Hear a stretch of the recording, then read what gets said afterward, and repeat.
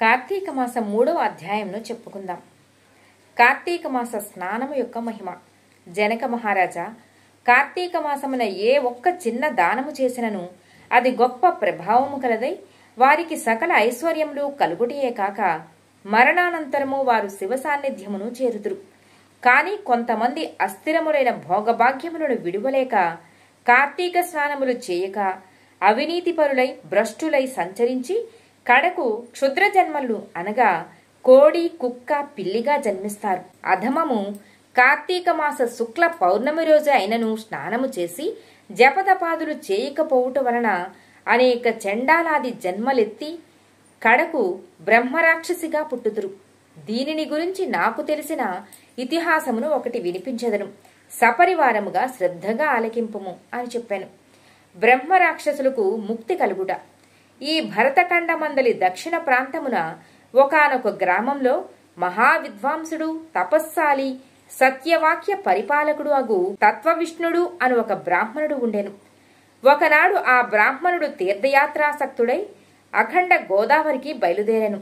ఆ తీర్థ సమీపమున ఒక మహా వటవృక్షంపై భయంకర ముఖములతోనూ దీర్ఘ కేశములతోనూ బలిష్టంబులైన కోరలతోనూ నల్లని బాణపొట్టలతోనూ చూసేవారికి అతి భయంకర రూపములతో 3 బ్రహ్మరాక్షసులు నివసించుచు ఆ దారిని పోయే బాటసారులను బెదిరించి వారిని భక్షించుచు ఆ ప్రాంతమంతయు భయకంపితము చేయిచుండిరి.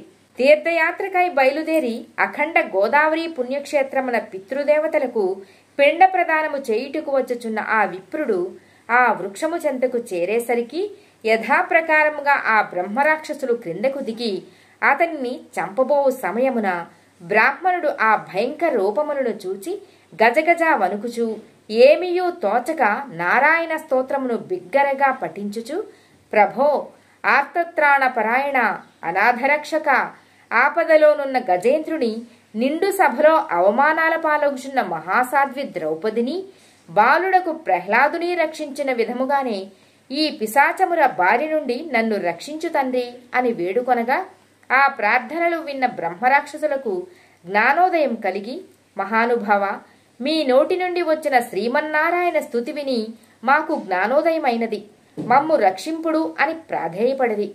వారి మాటలకు విప్రుడు ధైర్యం తెచ్చుకొని, ఓయి, మీరెవరు? ఎందులకు మీకీ రాక్షస రూపంబులు కలిగెను? మీ వృత్తాంతము తెలపండి అని పలుకగా వారు, ఓ విప్రపుంగవా, మీరు పూజ్యులు, ధర్మాత్ములు, వ్రతనిష్ఠాపరులు. మీ దర్శన భాగ్యం వలన మాకు పూర్వజన్మమందలి కొంత జ్ఞానము కలిగినది. ఇక నుండి మీకు మా వలన ఏ ఆపద కలుగదు అని అభయమిచ్చిరి. అందొక బ్రహ్మరాక్షసుడు తన వృత్తాంతమును ఇలా చెప్పుచున్నాడు. నాది ద్రావిడ దేశం, బ్రాహ్మణుడను. నేను మహాపండితుడిని అనే గర్వము కలవాడనై ఉండేవాడిని. న్యాయాన్యాయ విచక్షణలు మాని పశువుల వలె ప్రవర్తించితిని. బాటసారుల వద్ద, అమాయకపు గ్రామస్తుల వద్ద దౌర్జన్యంగా ధనం లాక్కొనుచు దుర్వ్యసనాలతో భార్యాపుత్రాదులను సుఖపెట్టక పండితులను అవమానపరుచుచు లుబ్ధుడనై లోకకంటకుడుగా ఉండేవాడిని. ఇట్లుండగా ఒకానొక పండితుడు కార్తీక మాస వ్రతమును యథావిధిగా ఆచరించి భూత తృప్తి కొరకు బ్రాహ్మణ సమారాధన చేయు తలంపుతో పదార్థ సంపాదన నిమిత్తము దగ్గర ఉన్న నగరమునకు బయలుదేరి తిరుగు ప్రయాణంలో మా ఇంటికి అతిథిగా వచ్చెను. వచ్చిన పండితుని నేను దూషించి కొట్టి అతని వద్ద ఉన్న ధనము వస్తువులు తీసుకుని అతనిని ఇంటి నుండి గెంటివైచితిని. అందులకు ఆ విప్రునికి కోపం వచ్చి, ఓరి నీచుడా, అన్యాక్రాంతముగా డబ్బును కూడబెట్టింది చాలక మంచి చెడ్డలు తెలియక తోటి బ్రాహ్మణుడిని అని కూడా ఆలోచించక కొట్టి తిట్టి నా వస్తు సామగ్రిని దోచుకుంటివి కావున నీవు రాక్షసుడవై నరభక్షకుడుగా నిర్మానుష్య ప్రదేశంలో ఉందువుగాక అని శపించుట వలన నాకీ రాక్షస రూపము కలిగినది.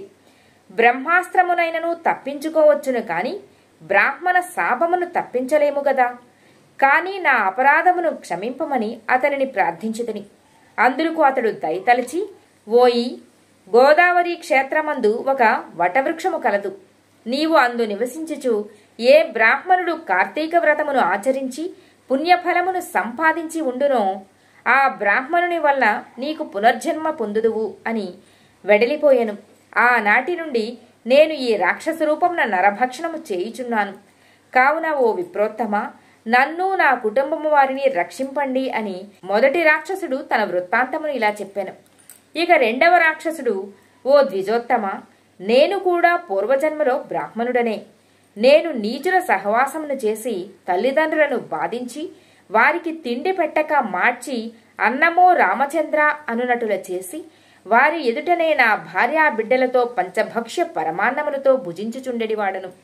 నేను ఎట్టి దాన ధర్మములు చేసి ఎరుగను. నా బంధువులను కూడా హింసించి వారి ధనమును కూడా హరించి రాక్షసుని వలె ప్రవర్తించితిని. కావున నాకీ రాక్షసత్వము కలిగినది. నన్ను ఈ పాప పంకిలము నుండి ఉద్ధరింపుము అని బ్రాహ్మణుని పాదములపై పడి పరిపరి విధములా కోరుకొనెను. మూడవ రాక్షసుడు కూడా తన వృత్తాంతమును ఇటులో తెలియజేశాను. మహాశయ, నేనొక సంపన్న కుటుంబంలో పుట్టిన బ్రాహ్మణుడను. నేను విష్ణు ఆలయంలో అర్చకునిగా ఉండేవాడిని. స్నానమైనను చేయక కట్టుబట్టలతో దేవాలయంలో తిరుగుచుండెడివాడను. భగవంతునికి ధూపదీప నైవేద్యములైనను అర్పించక భక్తులు తీసుకుని వచ్చిన సంభారములను నా ఉంపుడుగత్తెకు అందజేయుచు మధ్యమాంసములను సేవించుచు పాపకార్యములు చేసినందువలన నా మరణానంతరము ఈ రూపమును ధరించి తిని. కావున నన్ను కూడా పాప విముక్తుణ్ణి కావింపుమని అతను కూడా ప్రార్థించెను. ఓ జనక మహారాజా, తపోనిష్ఠుడగు ఆ విప్రుడు పిశాచముల దీనాలాపములను ఆలకించి, ఓ బ్రహ్మరాక్షసులారా, భయపడకండి.